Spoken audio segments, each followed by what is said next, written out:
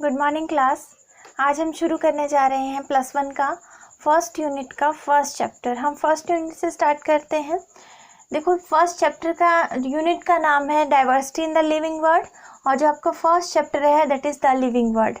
अब देखिए, इसमें सबसे पहला टॉपिक जो है पढ़ने वाला, हम लिविंग वर्ल्ड के बारे में पढ़ेंगे।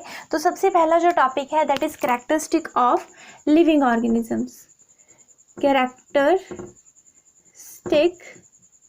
ऑफ लिविंग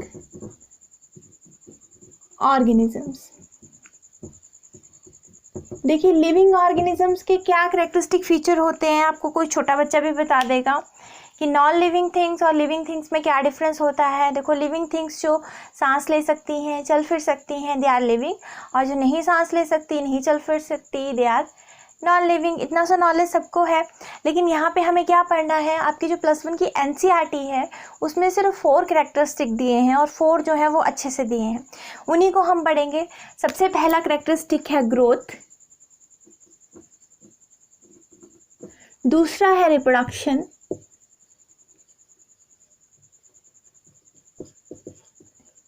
तीसरा है कॉन्शियसनेस,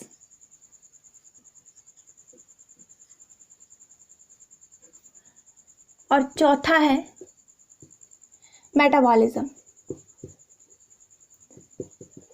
देखिए, इन चारों को देखेंगे हम क्या होते हैं, और जो आपकी बुक में एक्सेप्शन और एग्जाम्पल दिए हैं हम उनको भी पढ़ेंगे। और हमें इसमें देखना है कि लिविंग ऑर्गेनिज्म की कौन सी डिफाइनिंग प्रॉपर्टी है और कौन सी नहीं है। तो देखिए, सबसे पहले ग्रोथ। अब देखिए, जितने भी लिविंग ऑर्गेनिजम्स हैं वो सारे ही ग्रोथ करते हैं, चाहे आप प्लांट्स की बात करो, चाहे आप एनिमल्स की बात करो, बैक्टीरिया, फंजाई, सभी ग्रोथ करते हैं। लेकिन अगर हम बेसिक सा एक कॉमन सा चीज़ देखें तो plants to growth, animals to growth. लेकिन जो प्लांट्स, देखो, प्लांट जो है वो ग्रोथ उनकी जो होती है अनलिमिटेड होती है, कि वो थ्रू आउट लाइफ जो है वो ग्रो करते रहते हैं। उनमें मैरिस्मेटिक सेल्स प्रेजेंट होते हैं, वो हम नेक्स्ट यूनिट में पढ़ेंगे। मैरिस्मेटिक टिश्यू जो है सेल्स क्या होते हैं, 9th में भी आपने देखे हैं। विव जियोतक जिनको बोलते हैं, कॉन्टिन्यूसली जो है वो डिवाइड होते रहते हैं, और उन्हीं की वजह से प्लांट्स की ग्रोथ जो होती है वो इतनी ज़्यादा होती है। लेकिन एनिमल्स की बात करें तो हमें मैरिस्मेटिक सेल्स नहीं होते हैं, जिनकी प्रॉपर्टी जो है दे विल कॉन्टिन्यूसली डिवाइड, वो कभी रुकेंगे नहीं, ऐसा नहीं है। हमारी जो बॉडी है या एनिमल्स की बॉडी है उनमें ग्रोथ जो है कुछ टाइम पीरियड तक होती है, उसके बाद वो रुक जाती है। हालांकि ग्रोथ और डेवलपमेंट अलग अलग चीज़ें हैं। देखो, मेंटल डेवलपमेंट जो है वो होती रहेगी, no doubt, social development, emotional development होती रहेगी। लेकिन जो ग्रोथ की हम बात कर रहे हैं, जैसे हाइट जो है वो एक सर्टेन पीरियड तक बढ़ेगी, फिर वो रुक जाएगी। अब देखिए, इसमें ये था इसमें, और इसमें कुछ एक्सेप्शन है, जैसे नॉन लिविंग थिंग्स भी जो है वो ग्रो करती हैं। जैसे फॉर एग्जांपल हम बात करें माउंटेन्स की, ये है नॉन लिविंग। अब ये भी जो है वो ग्रो करती हैं, लेकिन जो नॉन लिविंग है वो ग्रो करती हैं फ्रॉम आउटसाइड टू इनसाइड, वो बाहर से ग्रो करती हैं। जैसे बाहर से कोई चीज़ ऐड होती रहेगी तो वो ग्रो करेंगी। लेकिन जो लिविंग है वो क्या है, वो ग्रो करती हैं फ्रॉम इनसाइड टू आउटसाइड। हम अपनी बात करें तो हम अंदर से बाहर की तरफ ग्रो करते हैं, लेकिन जो माउंटेन्स है दे आल्सो ग्रो, बट वो बाहर से ग्रो करती हैं। तो हम देखिए, लास्ट में हम बोलेंगे this is not a defining property और characteristic feature of the living organism. Property of living organism, क्यों बोला ऐसा, क्योंकि लिविंग भी ग्रो कर रही है, नॉन लिविंग भी ग्रो कर रही है। हालांकि थोड़ा सा डिफरेंस है, ये हम जो है वो इनसाइड से आउटसाइड ग्रो करते हैं, और जो नॉन लिविंग है वो बाहर से ग्रो करती हैं। जैसे पहाड़ बड़े हो जाते हैं, सालों बाद सालों उनकी ग्रोथ होती रहती है, तो वो भी ग्रो करती हैं, लेकिन बाहर से ग्रो करती है। तो it is not a define, ये आप याद रखेंगे। रिप्रोडक्शन की बात करें, रिप्रोडक्शन मतलब कैसे अपनी कोई स्पीसीज है, कोई भी जाति है, प्रजाति है, वो अपनी स्पीसीज को आगे कैसे कंटिन्यू रखती है। थ्रू रिप्रोडक्शन वो कंटिन्यू रखती है। रिप्रोडक्शन जो है बेसिक चीज़, अगेन बेसिक चीज़ देखेंगे हम, 2 तरह की होती है, एक सेक्सुअल और दूसरी asexual. These are the types of reproduction. Sexual जिसमें फॉर्मेशन और फ्यूजन हो गैमेट्स की, और एसेक्सुअल जो है जिसमें फॉर्मेशन और फ्यूजन ना हो गैमेट्स की।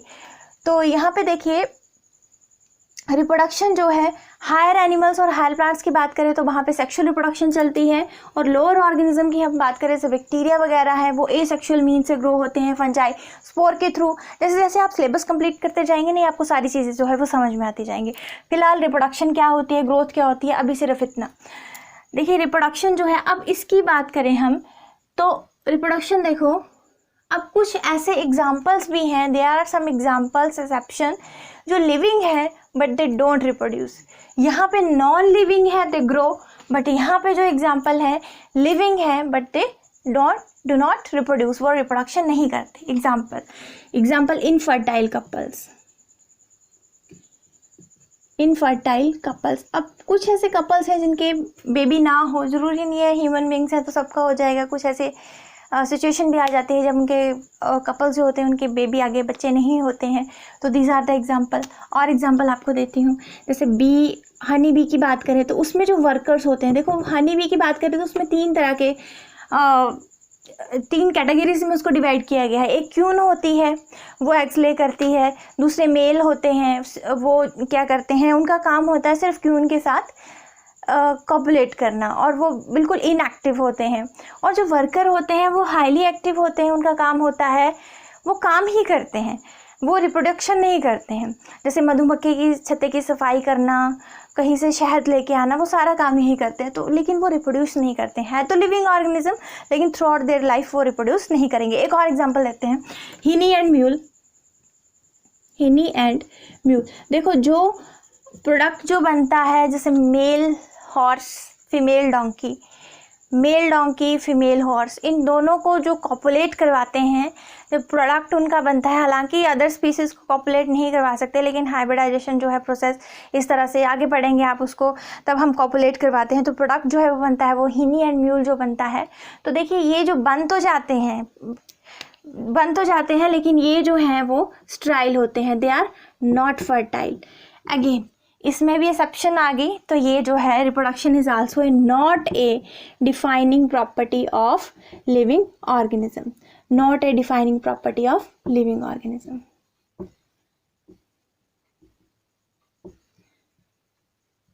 आगे देखिए, आगे है consciousness.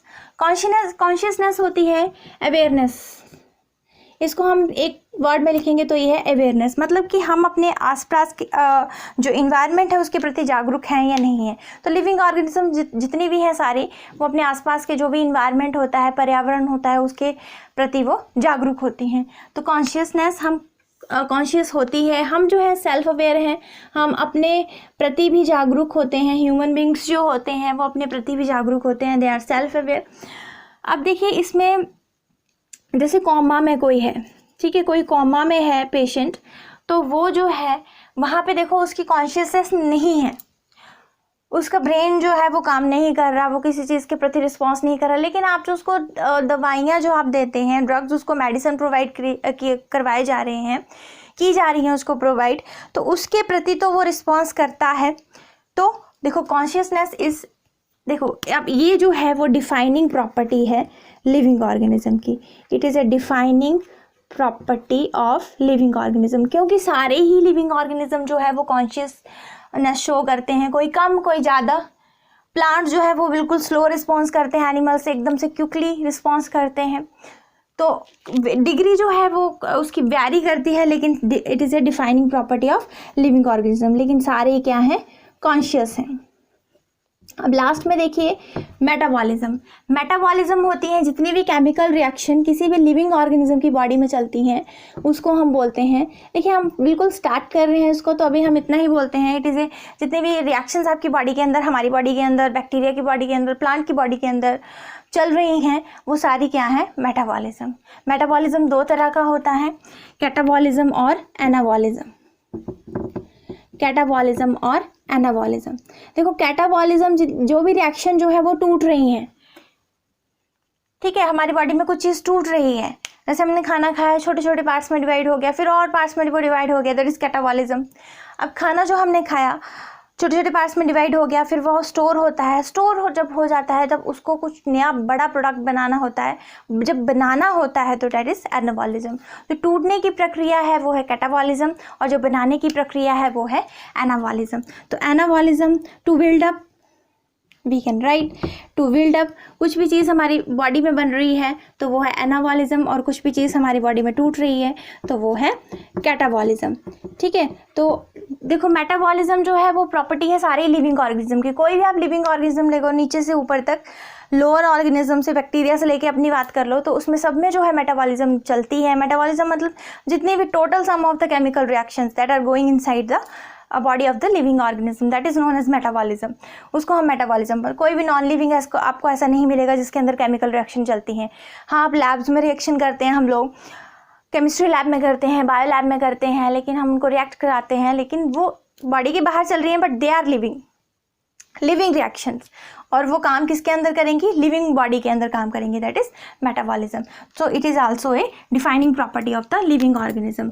Also a defining property, बस यही बताना था, defining property of living organism. बाकी तो आपको सबको पता है, ऑफ थोड़ा सा आइडिया है, बाकी चीज़ें हम डिटेल में डिस्कस करते जाएंगे, नो डाउट। जैसे जैसे बायो सिलेबस कंप्लीट होता जाएगा आपको सब कुछ आता जाएगा, लेकिन देखो हम यही डिस्कस करें, ग्रोथ क्या होती है, सबको पता है ग्रोथ क्या होती है, रिप्रोडक्शन क्या होती है, कॉन्शियसनेस, अवेयर हैं, जागरूक हैं कि नहीं, ये भी पता है। मेटाबॉलिज्म, जितनी भी केमिकल रिएक्शंस है हमारी बॉडी की, sum total of all the reactions is known as the metabolism.